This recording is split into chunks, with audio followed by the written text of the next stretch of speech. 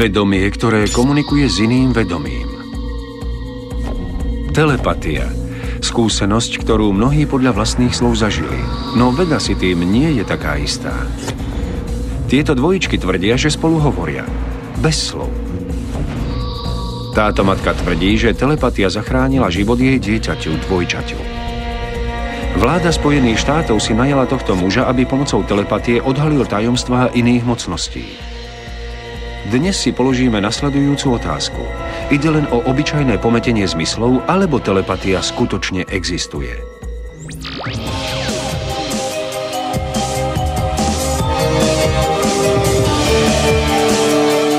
Slovenská televízia uvádza americký dokumentárny cyklus Nahá veda. Telepatia. Naše pátranie začneme tu, v New Yorku. Liza a Debbie Gencové vedú reklamnú agentúru, ktorá vo svojich brožúrach cituje tisíce dvojčiat. Sú bohatým zdrojom nevedeckých, ale fascinujúcich historiek o telepatii. Dvojičky by mohli celé hodiny rozprávať o tom, ako vzájomne cítia svoju bolesť i šťastie. Aj nám sa to stáva. Liza žila v Austrálii. V Austrálii, na druhom konci sveta. Ja som ostala tu v New Yorku. Debbie žila v New Yorku, raz som havarovala hlboko vo vnútrozemí, uprostred ničoho. Na tmavej, opustenej ceste Liza vrazila do kravy a stratila kontrolu nad autom. Debbie, vzdialená 16 000 kilometrov, tvrdí, že i hneď vedela, že jej sestra má problémy. Pozrela som na mamu a povedala, niečo sa stalo. Premkne vás taký nedefinovateľný pocit, ktorý neviete ostatným vysvetliť. Mala som nehodu, no ešte predtým, než som stihla niekomu zavolať, kým som sa vôbec dostala k nejakému telefónu, ona už obtelefonovala všetkých mojich známych, ktorí žili v Sydney. Nikdy som nezažila taký intenzívny pocit. Pripomínalo to bolesť. No nebola to moja bolesť, ale mojej sestry. Nedokázala som to vyjadriť slovami a tak viem, že muselo ísť o moju sestru. Je to výborný príklad toho, čo niekedy voláme šiestý zmysel. Aj keď nie sme spolu, zdieľame svoje zážitky prostredníctvom spojenia, ktoré nevieme vysvetliť. Ak má Debbie rande a cíti sa dobre, ja sa cítim rovnako, aj keď ostanem doma. No to je pekné, naozaj pekné. Môže ale Debbie s istotou tvrdiť, že reagovala presne v tej chvíli, keď sa Liza zranila? Príbehy sestier Gencových nemožno vedecky potvrdiť a preto nám neposkytli nezvratný dôkaz o skutočnej telepatii. Mnohé dvojčatá tvrdia, že nezávisle od seba zažívajú rovnaké príhody, konajú i myslia podobne. Napríklad v škole dostávajú rovnaké známky zo skúšok. Vždy nás obviňovali pri testoch. Učiteľka ich opravila a spustila. Dievčatá, rovnaké odpovede, rovnaký výsledok. Dokonca aj pri úlohách, v ktorých sa krúžkovali odpovede. Písali sme rovnaké veci.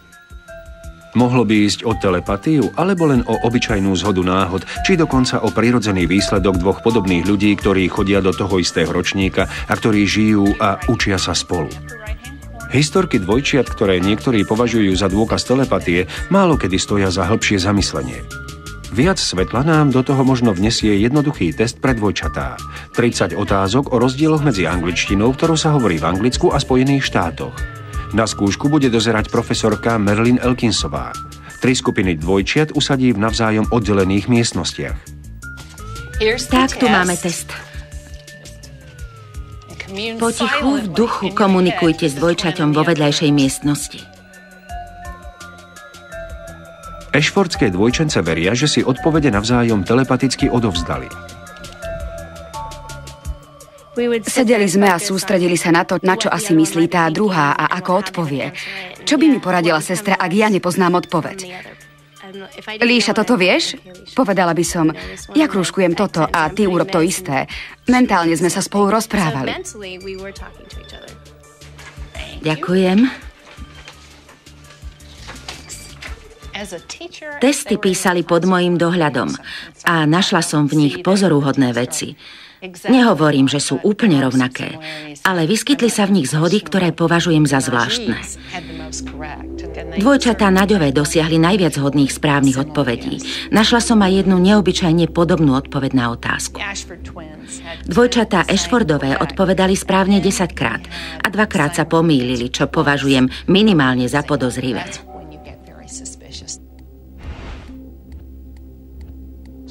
Niektoré výsledky pôsobia podozrivo, ale vedecky nie sú nejako významné. Identická výchova a geneticky príbuzné mozgy zvyšujú u dvojčiat pravdepodobnosť, že dosiahnu podobné výsledky. Aby sme mohli takýto test považovať za zmysluplný, vyžaduje vedeckú kontrolu a experimentálne metódy starostlivo navrhnuté tak, aby vylúčili iné vysvetlenia. Vo väčšine prípadov však viera v telepatiu nepramení zo skutočného vedeckého výskumu, ale z osobných historiek tých, ktorí ju podľa vlastných slov zažili. A príbehy pretrvávajú. Pôsobia presvedčivo. Hlavne u dvojčiat, ktoré ich prežili. Boli asi 3 hodiny po polnoci. Všetci spali, no ja som sa prebudila a šla do kúpeľne. Tam som odpadla. Poranila som si oko. To bezvedomie trvalo približne 20 minút. Ja som tvrdo spala. No zrazu som počula Líša, Líša, Líša. Tak som stála, šla do kúpeľne a tam som ju našla ležať na zemi. Naozaj si nepríjemne poranila oko. Podarilo sa mi ju prebrať a išli sme na pohotovosť. Bolo to úžasné. Skrátka som vedela, že sa s ňou niečo deje. Rozprávala som jej o svojom sne a keď som bola asi tak v polovici, ona ho dokončila. Sníval sa mi rovnaký sen s jediným rozdielom. Prehodili sme si úlohy. Mala som veľmi vážnu dopravnú nehodu. Pri rýchlosti 130 km za hodinu som na diaľnici narazila do odstaveného auta. A ona okamžite vedela, že niečo nie je v poriadku. Pocítila som bolesť na tomto mieste a ona si zlomila hrudnú kosť. Cítila bolesť na mieste, ktoré som si zlomila. Ľudia, ktorí veria v telepatiu, takéto príbehy dychtivo zbierajú. No vedci ich nepovažujú za nič viac ako príbehy o UFO či stretnutiach s mimozemšťanmi. Ľudia si často vysvetľujú náhodu ako telepatiu. Dokázali by sme tieto historky podrobiť kontrolovanému testu? Zatiaľ sme videli len to, že overovanie telepatických schopností nie je jednoduché. Pripravíme teda ďalší, tentoraz náročnejší test. Vybrali sme si na to tieto dvojčatá z Anglicka. Na jedno pripevníme snímacie zariadenie, ktoré bude monitorovať jeho vitálne funkcie. Druhé dvojča má zaviazané oči a čaká. Potom prichádza séria stimulov. Výsledok je skutočne neobyčajný. Ako si vysvetliť reakcie dvojčaťa? Sú prejavom skutočnej telepatie? V cykle Nahá veda dnes skúmame telepatiu a oddeľujeme fakty od fikcie. Najzaujímavejšie príbehy, ktoré sme doposiaľ počuli, pochádzajú od jednovaječných dvojčiat. Ale nikto ešte nedokázal, že sa za ich zážitkami skrýva čosi viac, než len obyčajná zhoda náhod. Teraz sa pozrieme na prípad 9-ročných chlapcov Richarda a Damiena Paulsovcov. Podľa ich matky javili známky telepatie takmer od momentu svojho narodenia. Anna Paulsová dokonca tvrdí, že telepatia zachránila Damienovi život. Poprvýkrát sa to stalo, keď mali 3 dní. Dojčila som ich na posteli a kým som prebaľovala Richarda, Damiena som na chvíľu položila vedľa seba do perín. Richard zrazu začal plakať, dokonca až vrieskať. Vyzeralo to, ako by mal krče, triasol sa po celom tele. V tom okamihu mi napadlo, že dvojčatá sú navzájom silno spojené. Obzrela som sa na Damiena, no nebol tam. Zgúľal sa za mňa pod vankúš.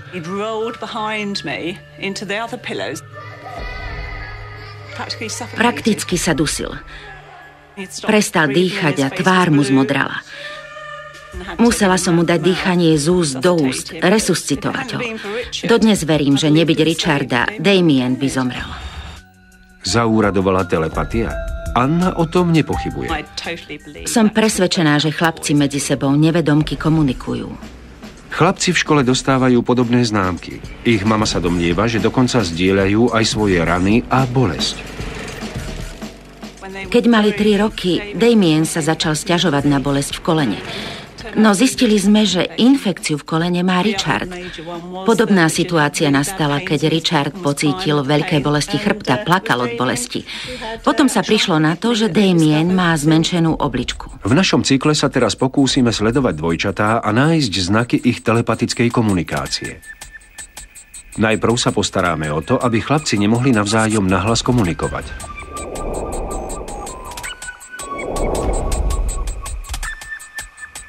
Potom vystavíme Damiena sérii stimulov a budeme sledovať, ako reaguje jeho dvojča. Guy Heseltine, člen Americkej polygrafickej asociácie, pripojí Richarda k detektoru lží.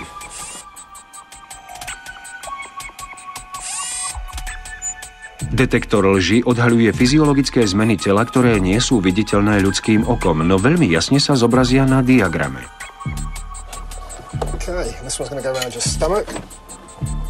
Samostatné pásy na spodku a vrchu hrudníka zaznamenávajú zmeny v dýchaní. Výsledok sa objaví vo forme 2 modrých čiar v hornej časti monitora počítača. Elektródy merajú elektrickú vodivosť na povrchu pokožky. Výsledok sa zobrazí na monitore ako zelená línia. Páska na ruke meria puls a zaznamenáva tiež zmeny krvného tlaku. Na monitore je to červená čiara. Napokon sme Richardovi dali na uši slúchadlá, aby nepočul, čo sa bude odohrávať v dome počas pokusu. O poschodie nižšie sa Damien sústreďuje na chýbajúce dvojča tak, že kreslí jeho obrázok. Nakreslil som, ako kope do lopty. Trochu sa nudí však.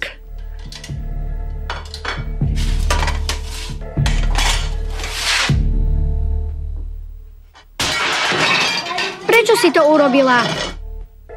Damien sa vyľakal. Vyvolá táto reakcia nejaké zmeny u jeho dvojčaťa? Zdá sa, že hneď po páde tanierov došlo k zrýchleniu srdcovej činnosti a v zápätí nasledovalo zvýšenie odporu pokožky. To však nie je nič významné.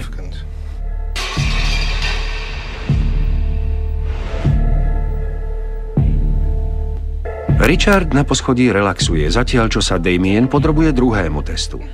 Snaží sa s previazanými očami nájsť cukrík v sklenenej fľaši. Na svoje prekvapenie však zistí, že na spodku je len ľadovo-studená voda.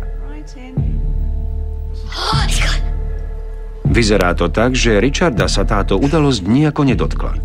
No neskôr graf detektora lži odhaľuje, že sa zhlboka nadýchol. Tlak krvi a puls tiež vykazujú náhlu zmenu. Počas testu vyvolalo niečo u tohto dieťaťa významné zmeny sprevádzané hlbokým nádychom. Mohlo by to súvisieť s tým, čo sa dialo dole. Damiena napokon vystrašíme prasknutím balóna. Detektor zaznamená zmeny vitálnych funkcií jeho dvojčaťa Richarda. Pri všetkých 3 testoch došlo u tohto dieťaťa k reakcii. Mohli by sme to pripísať aktivitám, ktoré sa odohrali na spodnom poschodí. Zdá sa, že Damienové zážitky podnecujú podvedomú reakciu u Richarda. Mohli by sme ale na základe tohto testu vyvodiť nejaké závery týkajúce sa telepatie? Pravdepodobne nie. A to z jednoduchého dôvodu. Vedci spochybňujú použitie detektora lží na testovanie telepatie. A bodka. Detektor lží monitoruje telesné funkcie, no tie nehovoria nič o tom, čo sa deje v našom mozgu. Náš test má ešte jeden problém. Ako ďaleko boli od seba v skutočnosti dvojčatá? Oddelili sme ich, ale určite nie natoľko, aby sme mohli hovoriť o dokonalej izolácii. Demonštrácia prebiehala v starom dome. Richard sedel za 2 zatvorenými dverami na inom poschodí, ďaleko od svojho brata. Ale možno nie dosť ďaleko na to, aby nepočul vôbec nič a necítil žiadne vibrácie zo spodného poschodia. Zjavne sme nevytvorili dokonalé laboratórne podmienky. Dôležitá je aj interpretácia výsledkov. Pri takomto nevedeckom pokuse môže dôjsť k jednostrannému preceňovaniu priaznivých výsledkov a prehliadaniu faktov, ktoré sa nehodia k našim zámerom. Skúsme to trochu inak. Pomôcť by nám mohol človek, ktorý sa už raz pokúsil použiť telepatiu na špehovanie nepriateľov Spojených štátov. Predstavujeme vám Joea McManegla zo San Francisca. Tvrdí, že má telepatické schopnosti. I napriek veľkej vzdialenosti sa dokáže zamerať na ľudí, ktorých nikdy nestretol. Navyše jeho služby už v minulosti využila armáda pre svoje spravodajské služby. Joe McManegl tvrdí, že dokáže vnímať myšlienky iného vedomia. Potrebuje k tomu len fotografiu danej osoby. S nadšením prijíma našu výzvu na otestovanie. Podľa vlastných slov si McManegl všimol svoj neobyčajný dar, ako ho nazýva, počas služby vo Vietname. Po tom, čo sa ocitol blízko smrti, ho najali do ojedinelého programu tajných služieb. Armáda, ktorá sa pokúšala nájsť spôsob, ako využiť telepatiu na špionážne účely, zamestnala McManagla ako tzv. Vzdialeného pozorovateľa. Dúfame, že na vlastné oči uvidíme Joeove schopnosti v akcii. Požiadali sme preto výskumníčku britského programu Rachel Karenovú, aby si vybrala miesta v okolí San Francisca. Oblasť Bay Area nikdy predtým nenavštívila, a teda volí náhodne. McManagle sa s Rachel nikdy nestretol. Sústredí sa v uzatvorenej miestnosti vzdialenej niekoľko kilometrov. Pokúša sa predstaviť si miesto, ktoré mu vyberie. Karenová vybrala 6 miest a odfotila ich. Prístav s jachtami, kameňolom, most Dumbarton, miestne letisko v Palo Alto, futbalový štadión Stanfordskej univerzity a obrovskú sekvoju. Kópiu fotografií každého miesta vložila do obálok. V zápätí ich odovzdáme právnikovi, aby ich bezpečne uložil do chvíle, keď sa McManagle pustí do práce. Odomykám zásuvku. Vyberám fotografie, ktoré tu boli uložené po celú noc. Počas nej nemal nikto ďalší prístup do kancelárie. Právnik pomocou hodu kockou vyberie jednu z fotografií. Tento náhodný proces zaručí, že ani Karenová, ani McManagle neovplyvnia výber. Tak, dajme sa do toho.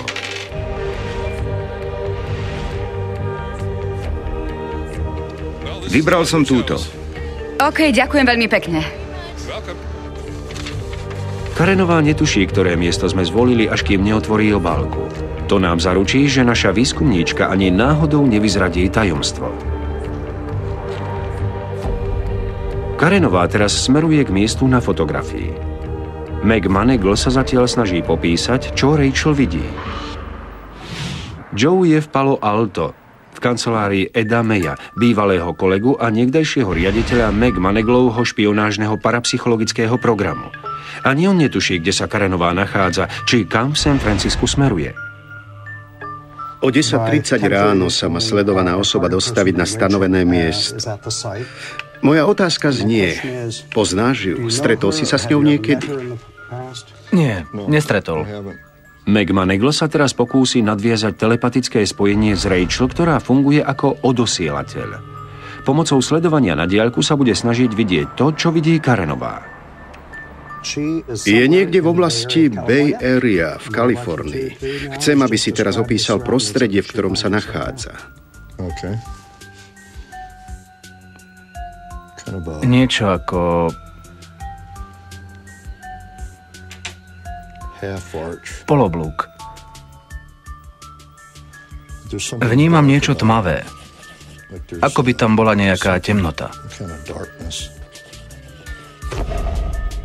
McManagle si stanovil 30-minútový limit na to, aby opísal prostredie, v ktorom sa Rachel nachádza. O chvíľu sa k nemu vrátime, aby sme zistili, nakoľko sa jeho pozorovanie na diaľku zhoduje so skutočnosťou. Medzi tým navštívime laboratórium, ktoré sa pokúša dať svojmu výskumu parapsychologických javov punc vedeckosti. Táto žena sa pokúša otvoriť svoju myseľ, aby prijala vizuálne obrazy od kolegyne, ktorá sa nachádza v utesnenej miestnosti vzdialenej mnoho metrov. Dokáže tento experiment potvrdiť existenciu telepatie? Doposiaľ sme si vypočuli tvrdenia, že niektoré dvojčatá na seba telepaticky reagujú. To nám však nedalo žiadnu odpoveď. Sledujeme tiež pokus, počas ktorého plánuje bývalý špión vlády Spojených štátov využiť svoje telepatické schopnosti. No v prvom rade musí dokázať, že ich má. Aké experimenty, ak vôbec nejaké, prebiehajú v laboratórnych podmienkach? Vybrali sme sa to zistiť do Škótska, na Univerzitu v Edinburgu. Vedci tu pracujú na verzii pokusu, ktorý je známy ako Ganzfeld experiment. Počas neho musí byť dobrovoľník úplne uvoľnený, takmer na pokraji spánku. Pokus vykonáva doktor Paul Stevens. Na univerzitnom oddelení parapsychológie pracuje už takmer 10 rokov. Mnohí pochybujú o tom, že by parapsychológia mohla priniesť spoľahlivé výsledky, no Stevens sa pokúša dokázať opak. Jeho práca by mohla vniesť trocha svetla do toho, čo hľadáme. Je to ako mierna zmyslová deprivácia. V miestnosti svieti tlmené červené svetlo. Sedíte v pohodlnom kresle a vnímate uspávajúci zvuk bieleho šumu. Biely šum tvorí stála zmes rozdielnych frekvencií. Ak sa doň započúvate, pripomenie vám statickú energiu vysielača alebo vzdialené vodopády, čo je trochu poetickejší obraz. Človek sa pomocou neho uvádza do stavu, ako by zaspával. Náš mozog výborne rozpoznáva jednotlivé vnemy, no ak ho dlhodobo vystavíte niečomu, čo nepozná, prestane vnímať. Náš pokus sa viac podobá snívaniu v bdelom stave než v spánku.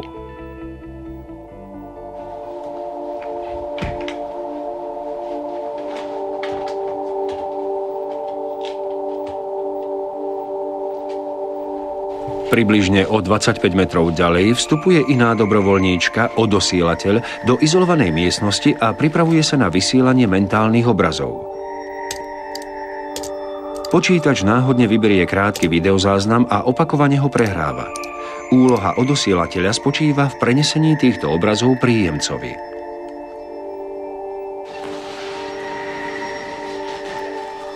Spočiatku sú odpovede prijímateľky na míle vzdialené od reality. Nefunguje tu žiadna telepatia. Voda tečúca do jazierka. Jazero. Znie to ako televízia, keď nefunguje. Som v mojom byte, v obývačke. Ležím na pohovke a prikrývam sa dekou.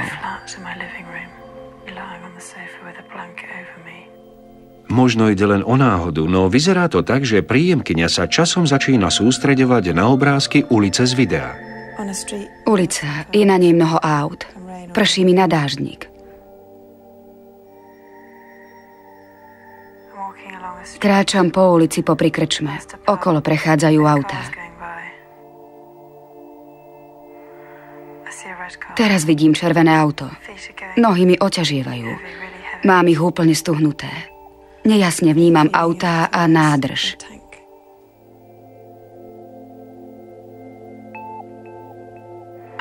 Zovreté ruky. Zaťaté peste. Teraz vidím modré auto. Trúby.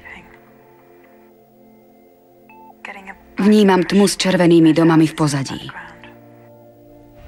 Opisy znejú na najvýš prekvapujúco. Ale týmto zďaleka nekončí. Počas celého experimentu počúva odosielateľka hlas príjemkyne, ktorá popisuje, čo sa jej vynára v mysli. Žlté svetlá, modré auto. Trúby.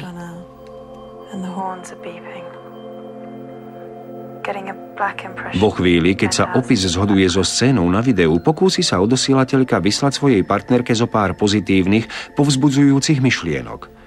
Vždy, keď to urobí, stlačí elektronické tlačidlo. To presne zaznamenáva okamih, v ktorom tieto pozitívne myšlienky odošle. Ešte len teraz to bude zaujímavé. Príjemkyni k prstom pripevnili elektródy.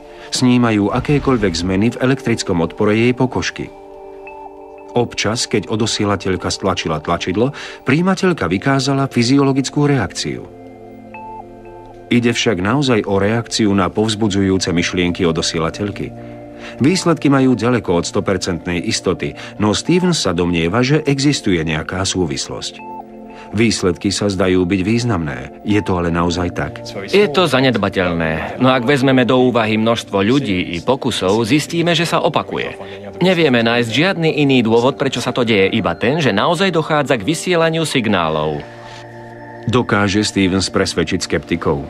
Ľudia, ktorí veria v telepatiu, si vždy nájdu v podobných pokusoch pozitívne výsledky.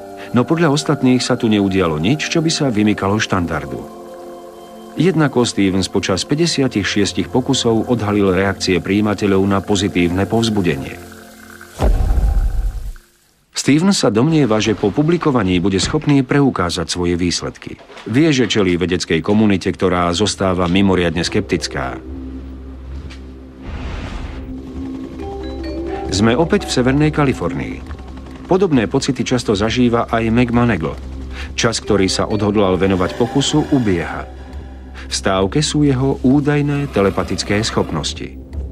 Prešlo 20 minút. Tvrdí, že pokročil v určovaní detailov tajného miesta, ktoré mal opísať.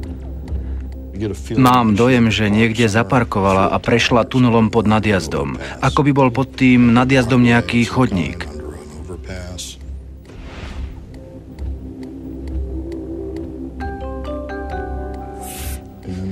Je tam podporný pilier.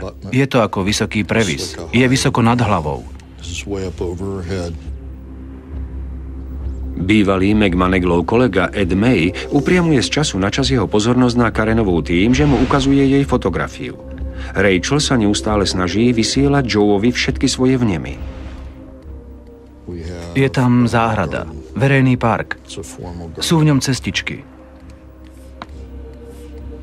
A uprostred vidím otvorené priestranstvo.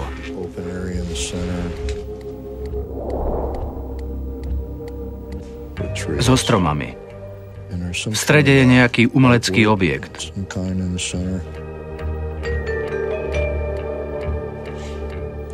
Veľmi bizarný, osadený do štrku alebo skál. McManegle zapisuje všetko, čo podľa neho nájdu na neznámom mieste, kde sa nachádza Karenová. Intenzívne sa sústreďuje takmer pol hodiny. Napokon tvrdí, že vníma obrazy. Nakoľko sa však približujú skutočnosti. Filmový štáb prijíma súkromný hovor, počas ktorého Karenová oznámi svoju polohu. McManeglovi ju však neprezradia. Namiesto toho ho vezmú priamo na miesto, kde čaká Rachel. May medzi tým vykonáva paralelný test. Snaží sa tak preskúmať presnosť McManeglovho opisu. Zatiaľ, čo Joe smeruje na stretnutie s Karenovou, May sa pokúša identifikovať miesto tak, že medzi fotografiami hľadá tú, ktorá najviac zodpovedá opisu v poznámkach. Mojou úlohou je preskúmať každú fotografiu a pokúsiť sa nájsť tú, ktorá sa najviac približuje opisu Joea McManegla. Gravel and stone. Redwoods is that tower. All right, now I go to work. Na konci svojho pozorovania na diaľku McManegle spísal skupinu záchytných bodov, ktoré podľa jeho názoru najlepšie vystihujú polohu Rachel. Masívny, ťažký, vysoký previs. Niečo veľké, k čomu musí Rachel, vzdialujúca sa osoba, vzhliadnúť. Pripojil k tomu aj bližšie informácie.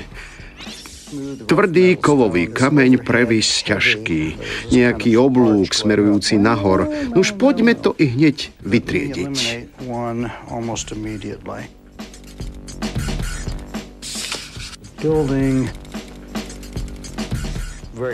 May nakoniec uloží fotografie v poradí, v akom by podľa neho mohli nasledovať. Most Dumbarton. Kameňolom a letisko v Palo Alto. Možno prístav v Redwood City. Futbalový štadión Stanfordskej univerzity a štátny park Methuselah. Myslím, že toto sa najlepšie približuje opisu. Číslo 1. Most Dumbarton. Pomocou McManeglových poznámok a druhej sady Karenovej fotografií vybral May lokalitu mosta. A práve tam mierí aj McManegle. Teraz už viem, čo som vnímal. Cesta na miesto vedie popod podjazd. Presne toto som videl. Áno, toto som vnímal.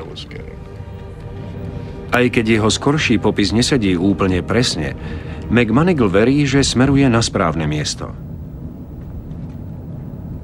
Karenová stojí v oblasti, odkiaľ vidí most Dumbarton. McManegle verí, že odviedol dokonalú prácu a vôbec ho to neprekvapuje. Napokon nebolo to poprvý raz, čo robil čosi také. V minulosti sa na ňo spoľahla aj vláda Spojených štátov. Jeho úloha spočívala v špionáži nepriateľov štátu. Mal poskytovať spravodajským službám informácie o dôležitých vojenských cieľoch. McManegle bol súčasťou niekdajšieho prísne tajného projektu Stargate. On a jeho kolegovia určovali miesta utajených vojenských základní. Základní, ktoré sa nachádzali na druhom konci sveta. Ukázali sme vám niekoľko príkladov, ktoré niektorí považujú za prejav telepatie. Ale dozvedeli sme sa tiež, že zdanie môže klamať. Teraz sa obrátime na bývalého operátora spravodajských služieb USA, ktorý tvrdí, že dokáže popísať ukryté miesta vzdialené aj mnoho kilometrov. Joe McMoneagle tvrdí, že svoje schopnosti objavil pred 25 rokmi. V tom čase tajné služby hľadali spôsob, ako využiť telepatiu na víťazstvo v studenej vojne.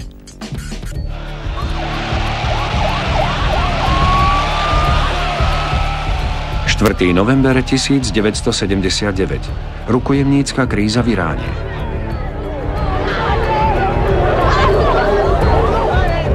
Začiatok 444 dní trvajúceho obdobia, počas ktorého sa vláda Spojených štátov zúfalo snažila dostať domov rukojemníkov živých. Skúšali všetko, od tradičných spravodajských techník po netypické jednotky, agentov s telepatickými schopnosťami.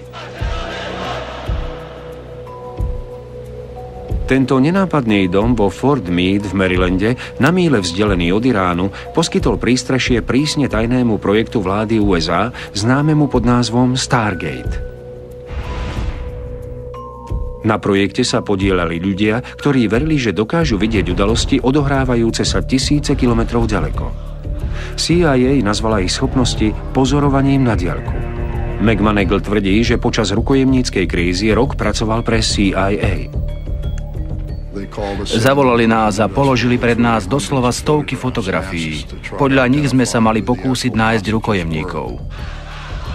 Vzdialení pozorovatelia sa pokúšali zhromaždiť čo najviac informácií o rukojemníkoch a ich situácii.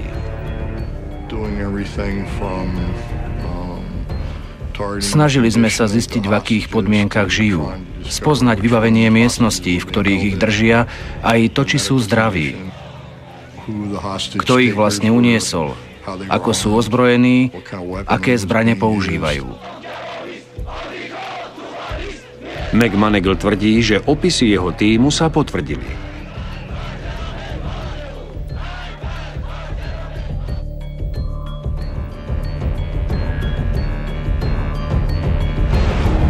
Tím existoval od svojho založenia celé 2 desaťročia.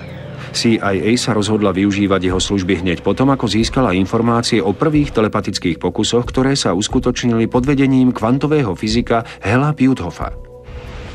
Z ničoho nič sem prikvitli ľudia zo CIA a povedali mi, presne vás sme hľadali. Ja som sa opýtal, nuža prečo?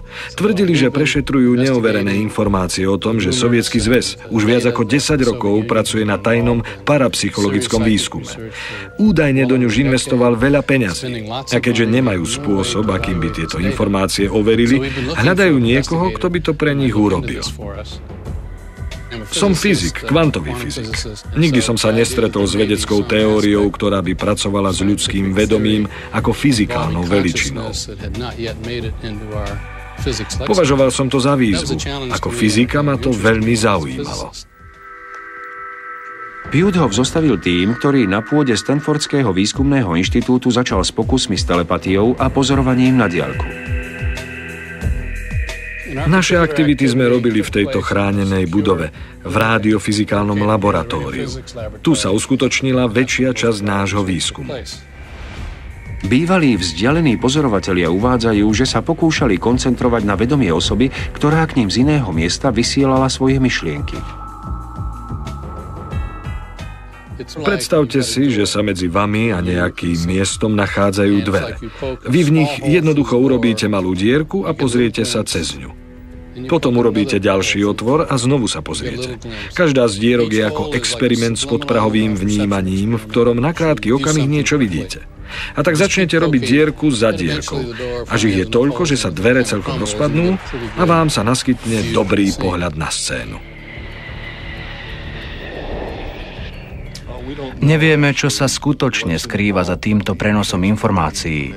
Možno ide o telepatiu, komunikáciu dvoch vedomí, z ktorých jedno funguje ako odosielateľ a druhé ako prijímajúci pozorovateľ. Táto procedúra však zjavne ráta s niekým, kto bude na cieľovom mieste pôsobiť ako telepatický vysielač. No nasadenie agentov v Sovietskom zväze bolo náročné.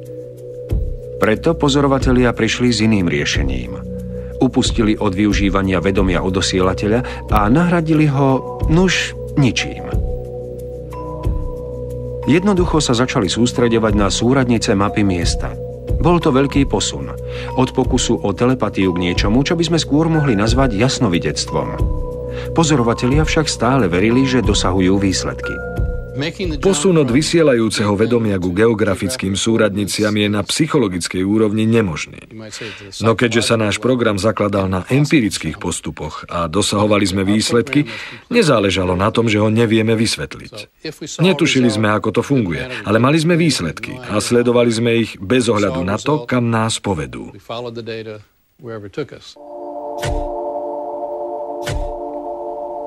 Jedna z úloh spočívala v popise tajného zariadenia, ktoré sa nachádzalo v Semipalatínsku v Kazachstane. Pjuthoff tvrdí, že dosiahli pozoruhodné výsledky. Pustili sme sa do pozorovania. Viac ako hodinu sme popisovali usporiadanie zariadenia a napokon sme sa zhodli na tom, že jeho najdominantnejšou črtou je veľmi vysoký žeriav, ktorý sa pohybuje ponad budovu.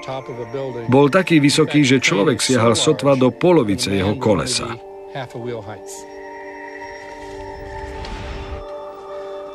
Dané miesto vyzeralo takto. Mali sme pravdu. Bol tam obrovský žeriav a skutočne sa pohyboval po streche budovy. No hneď po publikovaní výsledkov vzdialeného pozorovania okolia Semipalátínska sa ocitla jeho presnosť pod paľbou kritiky. McMoneagle však považuje telepatiu za realitu. A to až do tej miery, že si na nej založil svoje podnikanie a súkromným spoločnostiam ponúka služby pozorovania na diaľku. Predstavte si nasledujúcu situáciu. Niekto vám zaviaže oči a vy sa ocitnete v úplnej temnote. Nevidíte ani na krok, ani len ruku pred svojou tvárou. Odrazu vaše okolie osvetlí blesk fotoaparátu. Všetko ožiaria, vy vidíte miestnosť plnú vecí.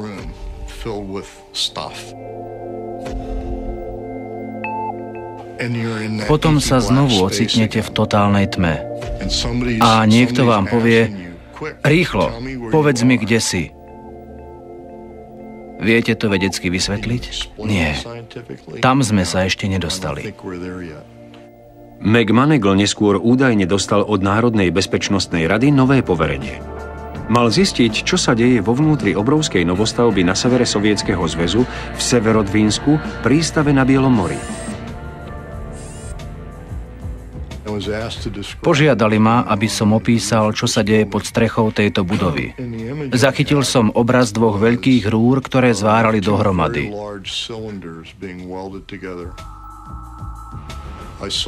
Videl som naklonené trupy rakiet a jedinečný pohonný systém. Všetko prebiehalo vedľa ponorky bežnej veľkosti. Pripadala mi ako trpaslík, popri tej, ktorú práve stavali.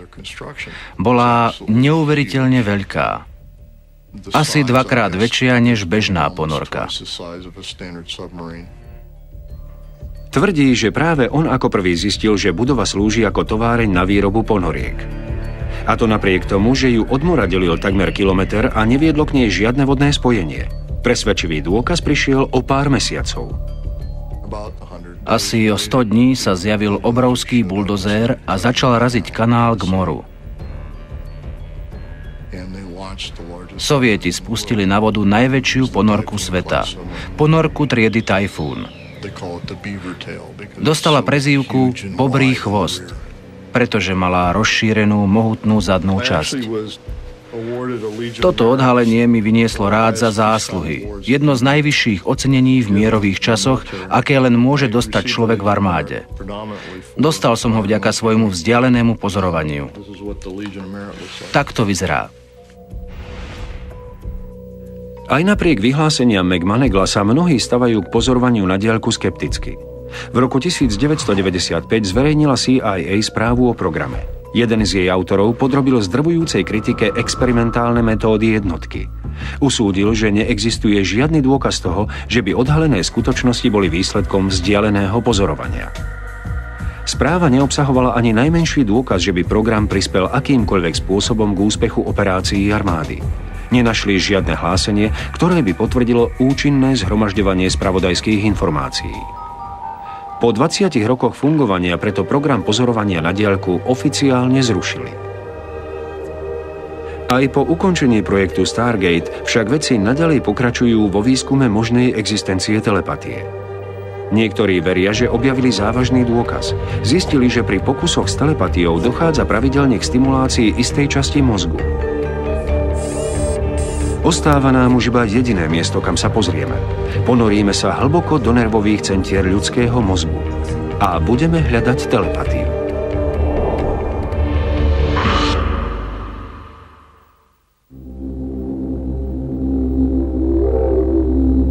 Priemerný ľudský mozog pozostáva zo 100 miliárd neurónov. Počas celého života prejavuje schopnosť uchovávať spomienky na miesta, ľudí, pocity i myšlienky. No dokáže prenášať tieto myšlienky pomocou telepatie? Položme si otázku. Ak telepatia naozaj existuje, čo nám o nej povie mozog? Pri pátraní po odpovediach navštívime Univerzitu Bastyr pri Sietli v štáte Washington, ktorá sa zaoberá štúdiom prirodzenej liečby a alternatívneho zdravia. Tunajší vedci sa snažia zistiť, čo sa deje v mozgu ľudí, ktorí sa pokúšajú komunikovať pomocou telepatie. V tomto prípade ide o matku a jej dcéru. Experiment sa začína tým, že obe umiestnia do oddelených a uzavretých miestností. Každú pripoja na elektroencefalograf, ktorý meria elektromagnetické vlny v mozgu. Vyzerá ako čiapka s elektródami, ktoré monitorujú rôzne časti lebky. Jorga sa pokúsi vysielať telepatické signály svojej dcére Ingrid, ktorá sa nachádza vo vedľajšej izbe. Pokožku hlavy jej natrú vodivým gélom, ktorý elektródam umožní lepšie prenášať signály z mozgu. Pred začiatkom pokusu odporúčia Jorge a Ingrid, aby relaxovali pomocou meditácie. Výskumníci z Bastyru veria, že mozog sa takto dostane do tzv. Roviny alfa, stavu uvoľnenia, počas ktorého mozog dobre reaguje na podnety. Následne na matku pôsobia jednoduchými vizuálnymi stimulmi, ktoré majú podnietiť jej mozog. Ide o štvorcový vzor, ktorý sa zrazu zmení. Malý výkyv na spodných čiarach elektroencefalogramu signalizuje, kedy došlo k zmene. Takmer okamžite mozog dcéry vykáže aktivitu. Ide o reakciu na pohyb šachovnice vo vedľajšej miestnosti. Vyvolala vizuálna stimulácia mozgu matky odozvu v mozgu jej dcéry? Súvisia spolu tieto dve udalosti, alebo ide len o zhodu náhod? Štatistika výsledkov testov naznačuje, že v niekoľkých prípadoch by mohlo ísť o viac než len o náhodu. Vedci teraz akceptujú možnosť, že mozgy niektorých ľudí nevysvetliteľne reagujú na inú nesúvisiacu myseľ vzdialenú 9 metrov. Docent Clark Johnson spočiatku neprikladal výsledkom žiadny význam. V našej skupine som patril k najväčším skeptikom. Ak dosiahneme nejaké výsledky, poviem, to nebude v poriadku, pozrime sa na to lepšie. Ale už mi došli spôsoby, ako sa presvedčiť, žiadne nenachádzam. Experiment zopakujú. Tentoraz s použitím prístroja na snímanie magnetickej rezonancie. Zareaguje Ingrid opäť bezprostredne po zmene vzoru šachovnice? Snímky magnetickej rezonancie naznačujú, že dochádza k stimulácii v oblasti zadnej časti mozgu, ktorá reaguje na vizuálne podnety. Mohla by to byť len zhoda okolností.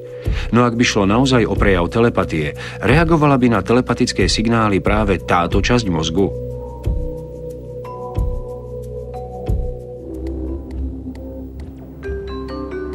Vráťme sa späť do San Francisca, kde sa napokon stretávajú Rachel i Joe. Zdravím. Ako sa máte?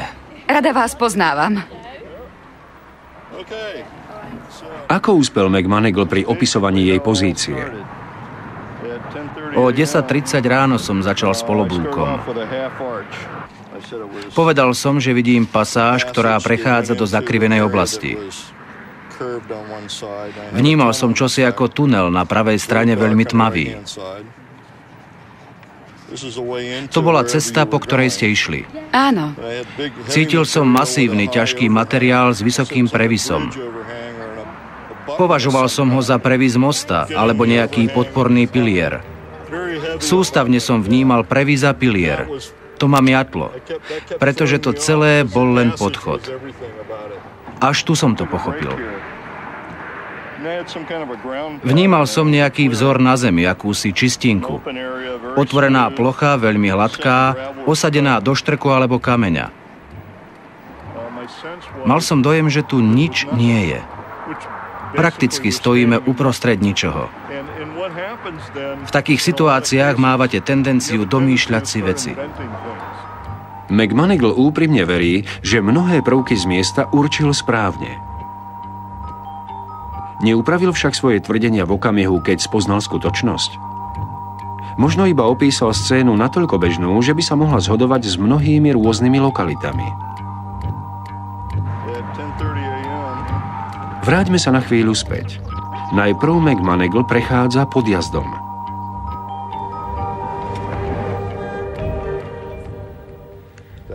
Presne toto som videl. Áno, toto som vnímal. Práve toto. Teraz už rozumiem, čo som cítil. McMoneagle verí, že úspešne opísal trasu Carenovej k cieľu i jej bezprostredné okolie. Napriek tomu neuviedol alebo nedokázal identifikovať samotný cieľ – most Dumbarton. Takto vyzerá pozorovanie na diaľku. Niektoré veci vnímate jasne a iné vôbec. A ako dopadol doplňujúci pokus s Mayom? Ani druhá skupina fotografií mu neposkytla jasnú odpoveď na to, ktorú obálku vybrať. Bez dodržania podmienok vedeckého pokusu nemáme žiadnu istotu. Jeho voľba napokon mohla byť len úplnou zhodou okolností. Musíme tiež vziať do úvahy bizarné umelecké dielo, ktoré popísal McMoneagle. Vnímal som čosi ako umelecký objekt, no nevedel som zistiť, o čo ide. Že by tie obrázky? Mohli to byť oni. Tie ma stále miatli. Položme si otázku. Poskytol nám pokus o určenie polohy Rachel nejaký akceptovateľný dôkaz? Bohužiaľ nie. Tento pokus nespĺňa žiadne vedecky priateľné kritériá. Jeho priebeh nebolo možné riadiť, merať ani zopakovať. Teraz sa ukáže, ktorá obálka to bude. Odložme na chvíľu vedu bokom. I zdravý rozum má určité pochybnosti. Carenovej výber miest pravdepodobne nebol skutočne náhodný. Niekto iný by možno vybral miesta, ktoré nie sú natoľko typické pre túto oblasť, napríklad parkovisko alebo kostol. McMoneagle mal možno šťastie, že vykreslil všeobecný obraz, ktorý mohol padnúť ako uliaty na množstvo rozdielnych stavieb. Pokus nás nepresvedčil. Neponúkol žiadny dôkaz toho, že telepatia skutočne existuje. A čo ostatné ukážky? Neobyčajný úkaz, ktorý zdá sa narúša pravidlá vedeckého zdôvodnenia. Chlapci dvojčatá, ktorí na seba možno reagujú. Fascinujúce, ale nepreukázateľné. Mladé dievčatá sledované v laboratórnych podmienkach. Vedci sa nevedia zhodnúť, či reakcie majú význam, alebo ide len o zhodu okolností. Bývalý agent tajných služieb, ktorý sa podujal na nájdenie tajného miesta. Úspel však, alebo nie? Matka a dcéra. Zdá sa, že ich mozgy reagovali v priebehu milisekúnd. Telepatia alebo zbožné želanie. Niektoré dôkazy síce pôsobia významne, ale s najväčšou pravdepodobnosťou ide len o zhodu náhod. Aj keby sme uznali existenciu telepatie, nikto nevie, ako funguje a prečo. Nás telepatia nepresvedčila. Kým nám nepredloží nezvratné fakty, musí ostať bokom. Fascinujúca? Áno, ale skutočná veda? Rozhodne nie.